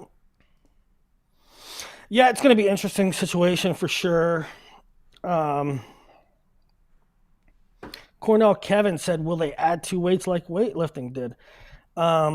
It doesn't sound like it. I went to the press conference before the event started, and somebody asked that to Lalovic, and they asked, can we get more wrestling? Can we expect more wrestling? And Lalovic said that the Olympics are based on quotas, and that's head count per sport. Head count total head count at the Olympics. It's X number of athletes. And that's the way they're going to keep it. Or that's the way they plan on keeping it. And for any sport to get more athletes into their field or under their umbrella means that X number of athletes have to be cut from another sport. And then he went on to say, maybe beach wrestling. Maybe we get beach wrestling by the Australian Olympics. Which, to all of us in the room, we walked away with the feeling of saying, if we get more wrestling, it's going to be beach and not extra weights. Yeah. Which I don't like hearing at all. But then yesterday it comes out that weightlifting added 2 weights. And I think that means, I think they added 2 per gender. I think 2 male, 2 women. So 4 in total. And it doesn't have anything to do really with 4. What it has to do with is 4 times the qualifiers, right? So there's 4 weights. How many entries do they each get? So, I don't know. Let's say there's 20. You're talking about the Olympics gave the weightlifting 80 additional spots, which is significant. Give us 80 spots, and we have 16-man brackets, right? Give us 80 spots, and quick math. What is that? 5 weights, something like that. We'll take them. I'd rather have that. I'd rather have. I wish somebody could have really pushed in on that a little bit. Like, why would it be UWW's or the Olympic Committee's prerogative to say we have a better chance of getting beach wrestling than we do adding weights to our existing competitions. Yeah. So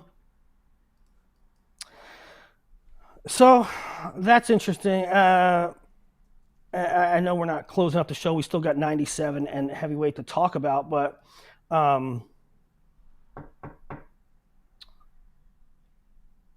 don't know. Like, I don't want to go there. Somebody else already brought it up, but like, Greco's so tough. It's so tough to buy into. It's so tough to buy into. I got yelled at this morning over it. It's so tough to buy into. It's so tough for, I don't know. You guys in the chat, tell me if I'm being an asshole, but it's so, in the context of how many weights there are, how many Olympic spots there are, getting more wrestlers. To me, it's really tough to not say, why don't we just cut some Greco weights and add some quotas to freestyle and women? It's tough. It's tough for me to not get on board with that. I don't know. How is the popularity of Greco in other countries where they're more successful at the style? Do you know? How more popular is it? Yeah, how much more popular is Greco? Like, well, listen, I got yelled at today because I put up a graphic yesterday on Baschamania that simply said the Greco drought continues. And I had someone act like a complete psychopath and tell me, I don't know what I'm talking about, this, and that, all these things, how I'm crapping on world level athletes. All I said was that Greco continues the drought. And I DM'd him and I said, listen, I don't know what the hell you're talking about insulting me. I'm not crapping on anybody. I'm simply stating a fact that the Greco drought continues. This is now the fourth straight tournament. 2023 Worlds, 2024 Olympics, 2024 non-Olympic Worlds, and 2025 Worlds. 4 straight World Olympic tournaments, Greco team has not wrestled in a medal match. That is not poo-pooing on the athletes. That is simply saying our Greco program is in trouble. And, you know, if Greco would have medaled, I would have put the graphics out. I can't do anything for Greco if they don't win. I do a lot for freestyle. Number one, I enjoy it more, but also because they win. So I don't know what people want. They're idiots. Hold on. So number one, I just think Greco's boring personally. But either way, what I'm asking you is, Greco is, I think, a boringer version of the sport. But also, when we don't have success, there's not a lot to root and cheer for and get excited about. If we were winning, like Iran, I think, won the Greco title. They broke the record. How much more popular is Greco in Iran because they're good at it? Like, is Greco more of an eyesore because we're not good, or is it the style is just not nearly as exciting as freestyle? It's listen. I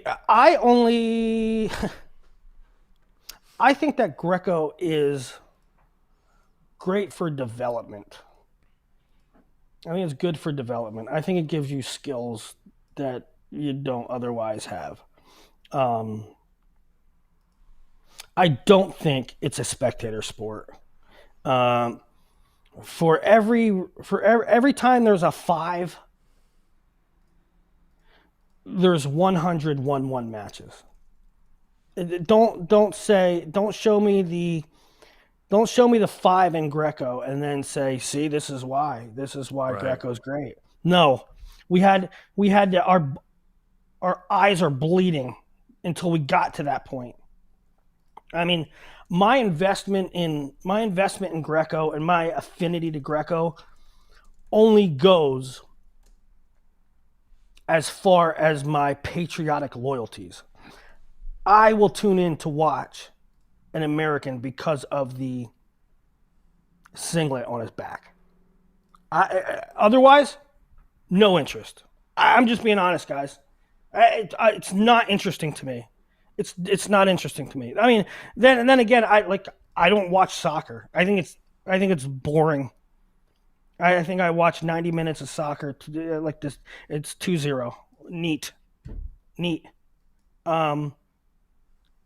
That being said, I'll try to be objective here. I think it's like the tush push. I think Greco's like the tush push. Don't get rid of it. Don't ban it because somebody's good at it and you're not. I don't want Greco to be wiped off the face of the earth because the United States isn't good at it. That's not the American spirit. Like the American spirit, you're not good at it, so you take your ball and go home, and now everybody loses out. Yeah. But I would like it to be investigated if it's bad ratings, if global participation level drops. Now, another interesting thing that Lalovic said is that wrestling's up. And I don't know exactly what he meant by that, but he said it's up. And I don't know if that means in terms of the status at the IOC, in terms of global participation, in terms of ratings. I don't know. But he said wrestling is coming up. Yeah. And so, we have this conversation every year. I don't want to see Greco dropped because Americans not good at it. But I also don't want to have a bad product on the vine that's bringing down the whole ship of wrestling. Yeah, no, I agree. And that's why it's like, I know people, the guy who, I'm not even going to mention him because he's probably just sensitive because he does a lot of Greco training. But I see people get sensitive about Greco that are in it full time. And I get it. But I get if you're training Greco athletes, if you're training Greco, I understand. But at the same time, it's like winning creates fandom. And it's not the opposite. It's if Greco starts winning, you're going to have more love. You're going to get more support. You're going to have the highlights. You're going to get more. It is what it is. I don't have the answers for it, but yeah, it is unfortunate. Yeah, the old Brad Elder saying he's heard often that Greco's more popular, and there's definitely some that's indisputable in some parts of the world. Greco's more popular. Well, I mean, I ran streets wrestling like we do the NFL, so you're gonna have more love for it. I don't know that the numbers suggest a vast difference in popularity either way, but I don't know. Whatever the case. What if 97? Yeah, never mind.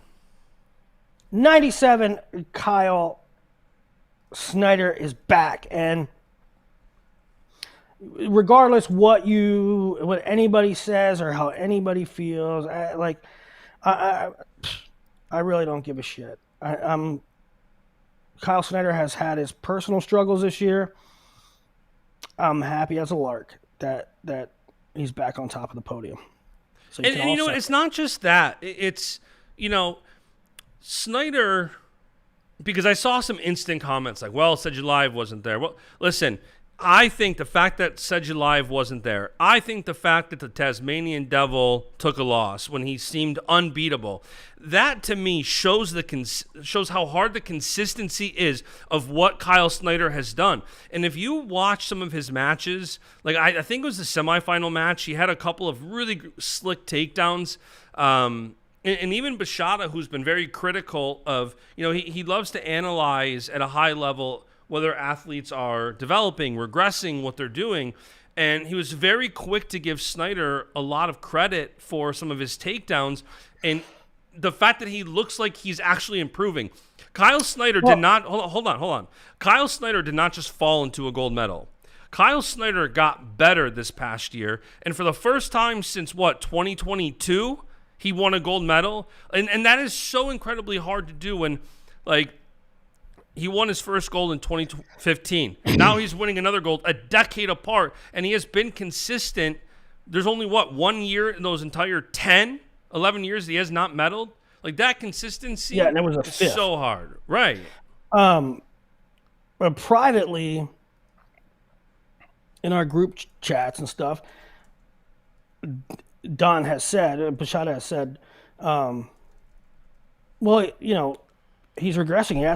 He hasn't been back to the top. He hasn't been back to the top. And while that's true, it's like, Don, it's hard to not regress when you won gold in 2015 as a 19-year-old.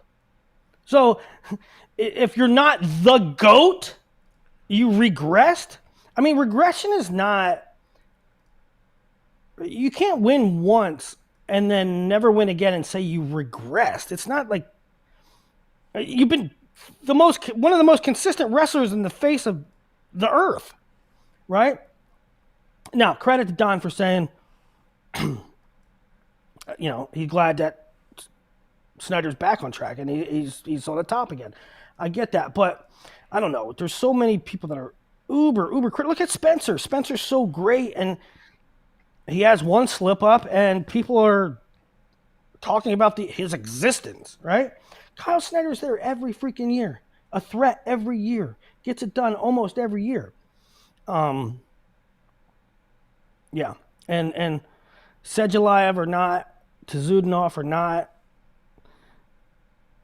when Kyle Snyder has a hiccup and takes bronze, he's regressing.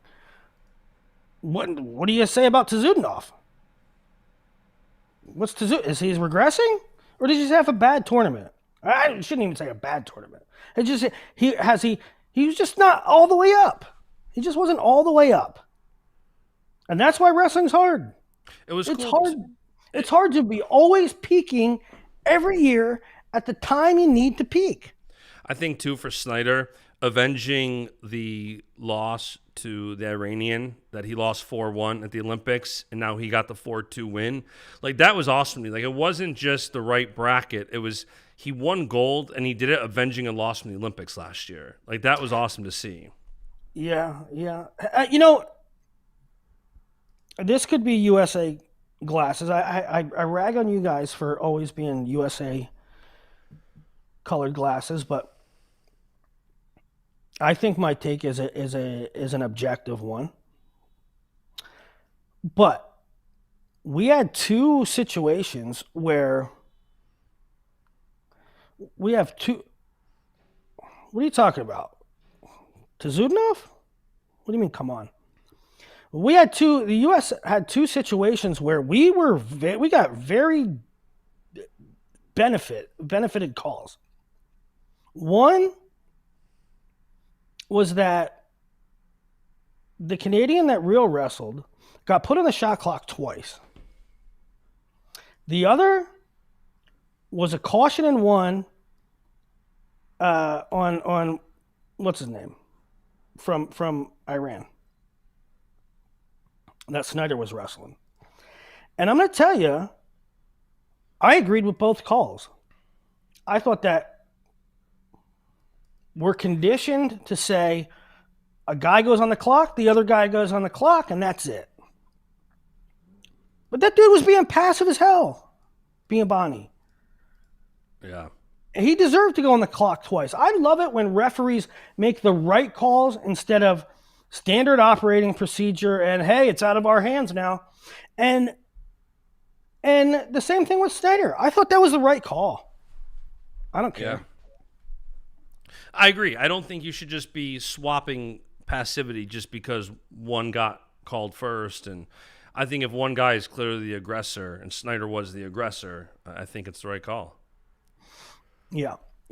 And frankly, for like the revisionist will say that totally determined the match. No, it didn't. There was still enough time for either guy to win or lose.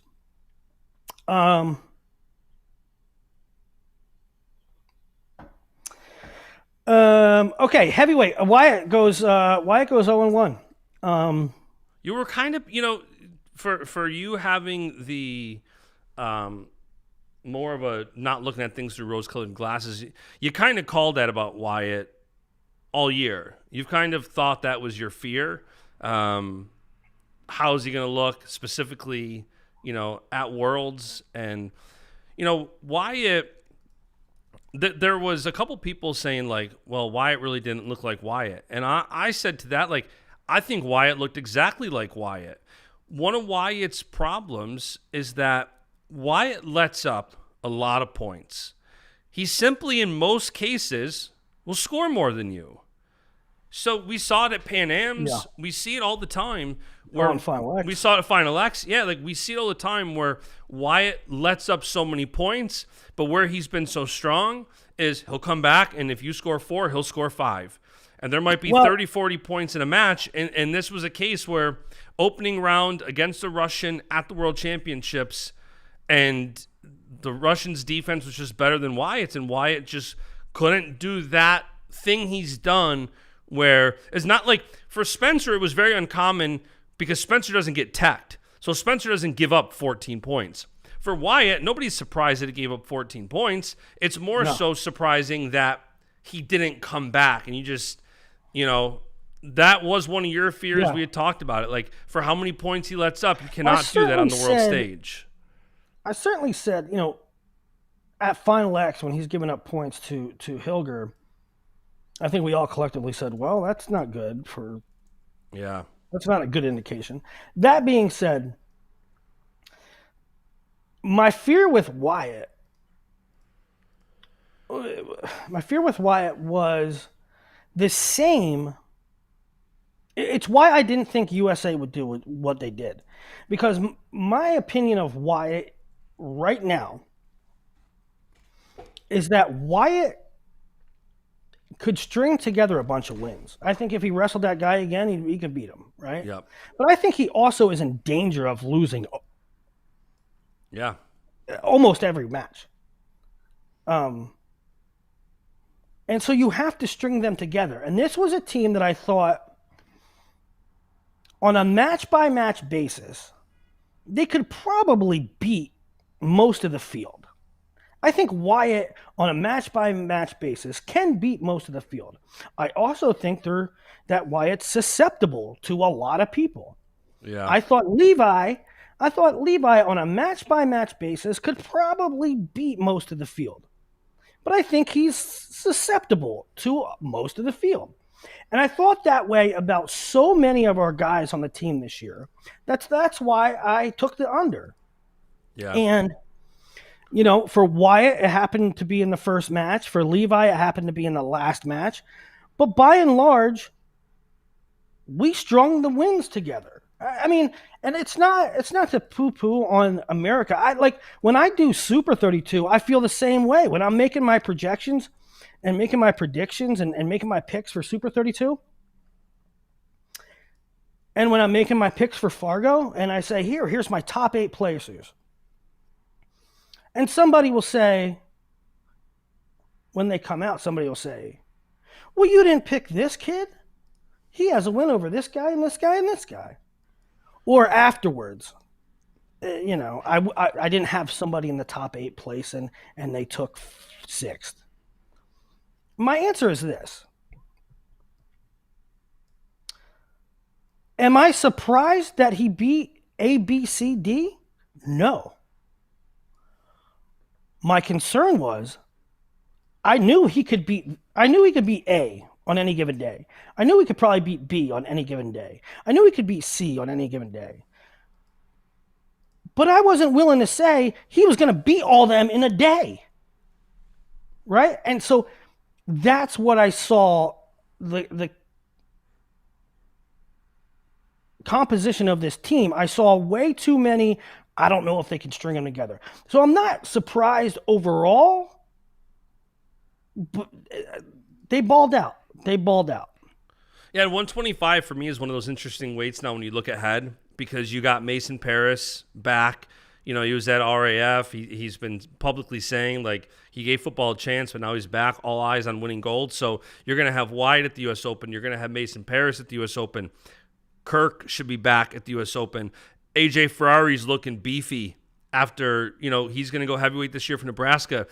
Does he go heavyweight wrestling freestyle next year? I believe initially the plan was for AJ, take this year off of freestyle, settle in folk style at a new school, and then next year get back into freestyle, and then, train freestyle heading into the Olympics.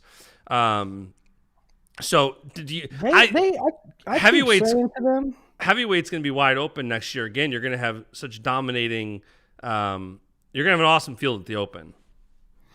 I keep saying to them, and when I say them, I mean Nebraska. I keep saying, bro, there ain't no way he's getting back down. There's no way AJ's getting back down to 97, and they keep telling me, yes, he is. They keep telling me, yes, he is. To me, he looks enormous. He looks beefy. But according to them, not only will he wants to. Like, I don't know. They said that he'd rather be at 97. He doesn't want to be at heavyweight. He wants to be light heavyweight champion of the NCAAs. So, Willie, I got a couple questions for you. Oh, number one, we talked about Wrestler of the Year, and I think it's Zahid. And we were kind of going back and forth in the best group chat in wrestling yesterday about Coach of the Year. And it's so funny because I'm curious what the chat thinks, too, who should be Coach of the Year. Because you've got, the NLWC World Champ with Snyder back on top, Levi Haynes into the finals. You got, especially looking at the other age groups, you got, 6 or 7 on the U23 team. So you certainly have the argument for the NLWC and Casey Cunningham. Then you got David Taylor coaching Zahid through one of the most dominant years, but you also, does a guy like Wyatt going 0-1 hurt you? Do you have any thoughts on, and you also got a guy like Pop, what Trent Hidlay did this year is incredible. Any thoughts on Coach of the Year this year for you? Are we talking holistically or just freestyle? Freestyle. I don't know. How many Penn State have on the team? On this 2? team? On the senior team? Yeah. Duke, Levi, Snyder. 3. Yeah. I don't know. I'd probably have to go Penn State. How many? Okie State had Wyatt, Jax, and... Well, they had 5 guys, 2 non-Americans with Roman and Sakamoto, and then you had Jax, Roman, and Wyatt. But just having more guys on the team, I mean, I guess U.S. guys, they both had 3, with NLWC having a better performance with a gold and a silver. No.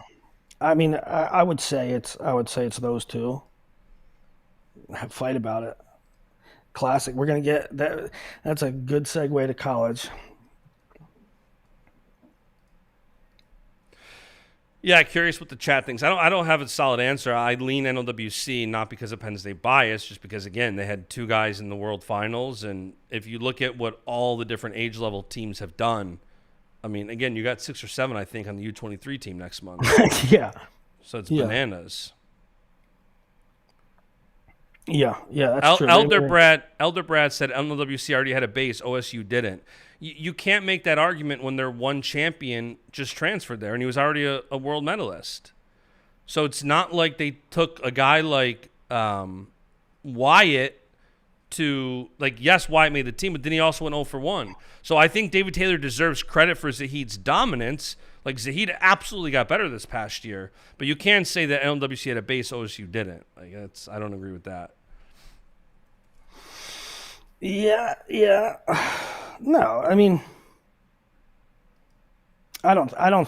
Here's the problem. If you say Penn State, then it's like a slight to the Okie State fans. There's no slights going on. They both did a fantastic job. By the way, I do think Roman got better. Jax, I think he got better.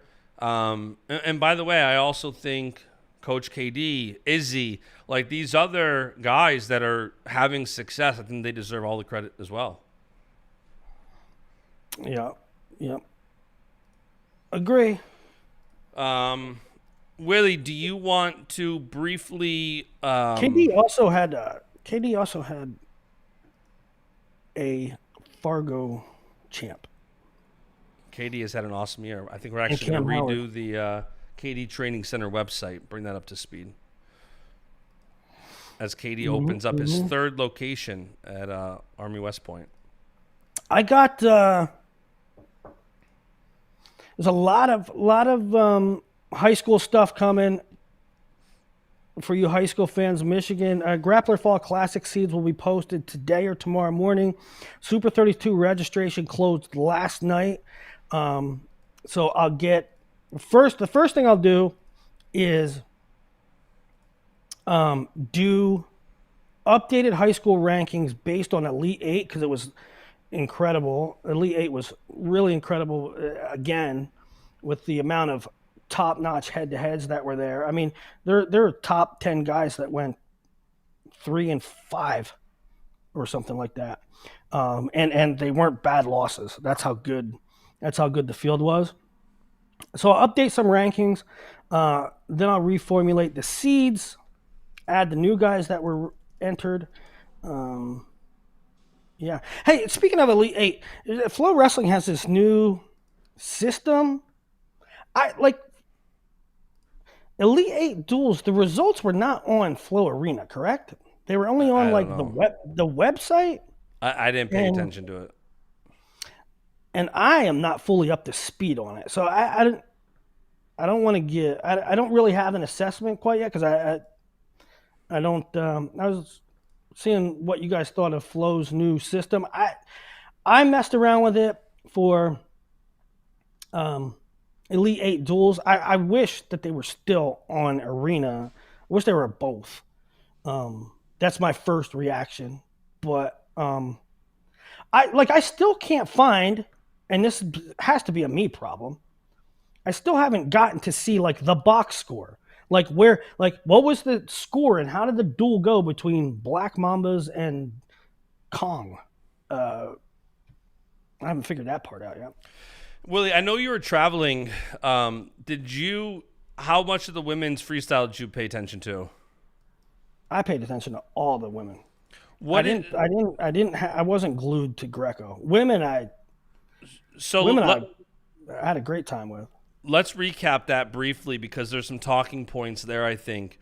We had the younger women did not perform that well, and I saw a tweet from Nomad that this is the lowest placement since the 5th at the 2016 Olympics.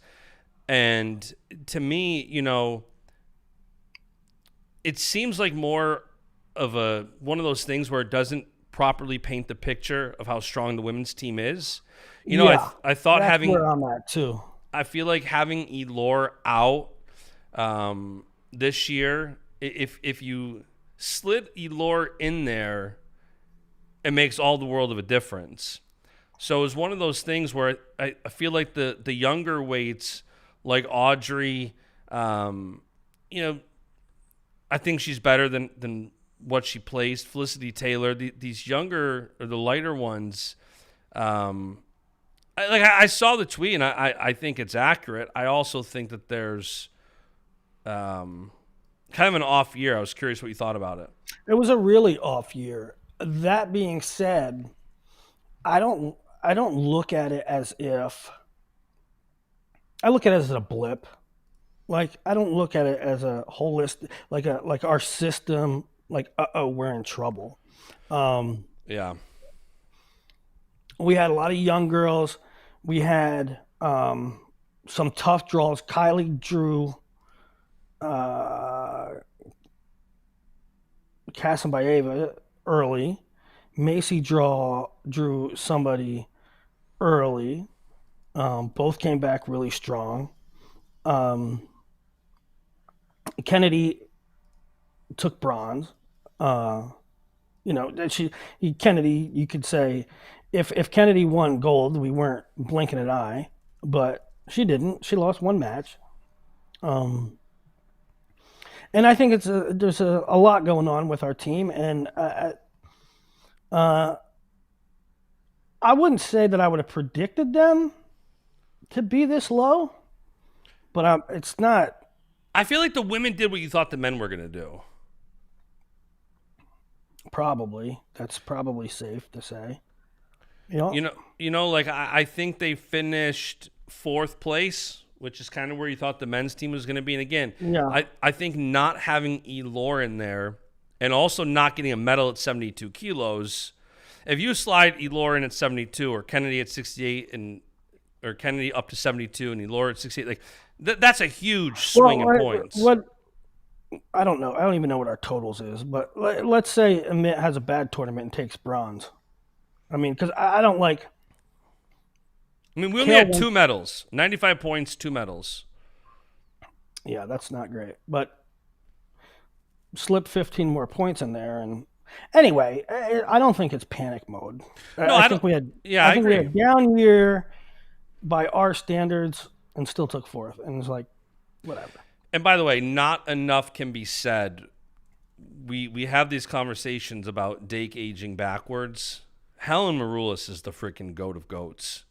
Just incredible performance that she, when you talk about her retirements, her concussions, the issues she's had over the years, and to come out and have the tournament she did where she pinned her way to the finals and then she wins a gold medal. Again, kind of like Snyder, 10 years apart. I put a graphic up side by side of her winning gold in 2015 and winning gold in 2025. Simply incredible. Actually, great to see. I mean, it was really scary when she had concussions. I mean, she was really bad. Like she had to wear sunglasses for a while because that's how bad that the concussions were. And you had to think, like at the time when it happened, I was like, please, I want what's best for Helen first and foremost, but please don't be done. Just as a career, like you're way too young. And it wasn't done. And she came back, and I was glad she came back, but I also thought, okay, this will be 1 or 2 years. And it's been like 5. Sorry, and three medals. Welker, Blades, Helen. I had dinner with Helen in Maryland. I can't remember what year it was. Maybe like 2018, 2019, somewhere around there. And she was wearing those glasses and explaining to me how bad it was. And I remember telling her, like, do you really think you're going to wrestle again? Like, this is some serious stuff. And to see her not just come back, but dominate. And again, like not just come back in for like a year or two. It's been sustained for a while now, and she's been great. She's given us so many great moments, and she's given us her all, and probably a couple more years than we even thought we'd get out of her. And so, for her to be back on top is just awesome. It is. She's the queen. She's so damn good. She's now 1, 2, 3, 4, 5, 6, 7, 8, 9, 10, 11 World and Olympic medals. Incredible. Simply incredible. We're about 2 hours in. I guess I'll save my rankings rant. That's not that important. When you want to run it back? You want to do another show this week just to get caught up? We have to, because we've got things that I want to talk about. I don't know if we've talked about some of these things. Chenzo to Lehigh was finally officially announced. I think that's an incredible addition for Lehigh. Enoch was named director at IMG Academy in Bradenton. That's an interesting topic. Which is a very interesting topic. And hey, I told Enoch, IMG Academy is near the Flamingo Room. So there might be some synergy. Yeah, it's about 15 minutes away from the Flamingo Room. Nice. And then, those two transfers alone lead to the conversation of both Chenzo and Enoch leaving UNC. Who does UNC bring in? So there's a number of things to talk about. Yeah. So we should definitely do another show this week. Let's do one Thursday, bud. Yeah, I'm down for that. Right. Any news on Bassett? Haven't heard anything. He was at Nebraska 2 weekends in a row, I believe. Yeah, he went to Nebraska, and then he went to Nebraska the very next week, which I thought was interesting. He was at Elite 8 this weekend. He's going to Tech one of these weekends here soon. Then Super 32, and I think we're going to hear soon. I think we will hear soon. I don't know if it'll be before Super 32, but I think it'll be. I think it'll be in the fall. I think it'll be October. Rolf Obey in the chat says Elite 8 box scores are on Track Wrestling. Elite 8 box scores are on track. So can you see box scores on Flow's interface? Like they have. I haven't used it yet. They have the scores like Basch 32, Willie 30, but I can't click on them. I expect to click on them and then see the box score, but I don't know. Maybe I'm doing it wrong. Maybe I'm clicking the wrong thing. I don't know. I haven't played around with it enough. I can't believe how close to the college season we are. I mean, we got to start getting rolling into that. I mean, Thursday we can talk about a lot of stuff. Eventually we have to start getting into another batch of Crystal Ball. We have to get into everything Super 32 because that's going to be a monster. But yeah. We're less than 2 months back away on from American soil. We're back on American soil. We're less than 2 months away from national duels, maybe some seeds soon. National duels is coming up. Seeds for those, I said on before, they're only going to seed 4. So it's going to be really interesting. That should be coming relatively soon too. Bassett News is going to, I'm telling you, it's going to come soon. It's going to be interesting. Make sure to subscribe if you're not subscribed, and we'll be sure to talk about it. We'll have Go them on Bills. too. Go Bills 3-0. Raise your hand if your team's 3-0. Go Bills. God bless.